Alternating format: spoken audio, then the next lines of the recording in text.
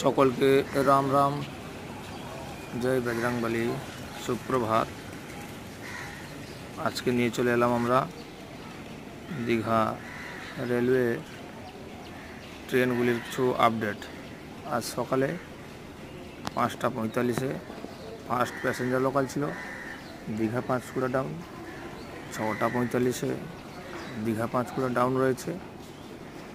9টা 30-এ Digha Panskura down passenger local গাড়ি আছে এবং 10টা 35-এর গাড়ি আজকে 12858 ডাউন দীঘা হাওড়া তাম্রলিপ্ত আজকে 2 ঘন্টা 15 মিনিট বিলম্বে চলছে।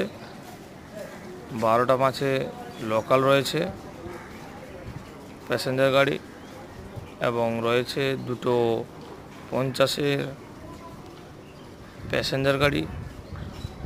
বিকেল 5টায় রয়েছে আজকে দীঘা বিশাখাপট্টনম সুপারফাস্ট এক্সপ্রেস রয়েছে, যেটি বিকেল 5টায় দীঘা থেকে ছাড়বে এবং বিশাখাপট্টনম যাবে।